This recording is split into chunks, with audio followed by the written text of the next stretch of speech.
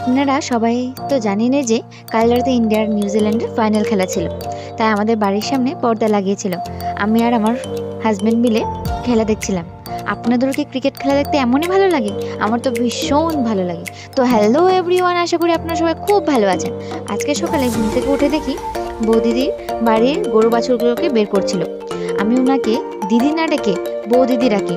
তারপর গরুগুলোকে খেতে দিতে দিতেই মা উঠে গেছে। তারপর মা গোয়াল ঘরটি পরিষ্কার করছিল।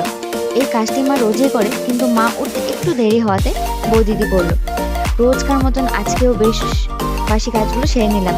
যদি আমি বাসি কাজ করতে থাকি তাহলে বৌদিদি আমার ভাসুর আর হাজব্যান্ডের জন্য টিফিন বানিয়ে দেয়। তারপর বৌদিদি আমাদের মাটুকে নিয়ে স্কুলে চলে গেল। মাটু যদি স্কুলে চলে যায় তাহলে ঘরটি কেমন ফাঁকা ফাঁকা আর সারা ঘর ঠান্ডা হয়ে যায়। যাদের বাড়িতে এমন বাচ্চা আছে তারা তো জানেনই।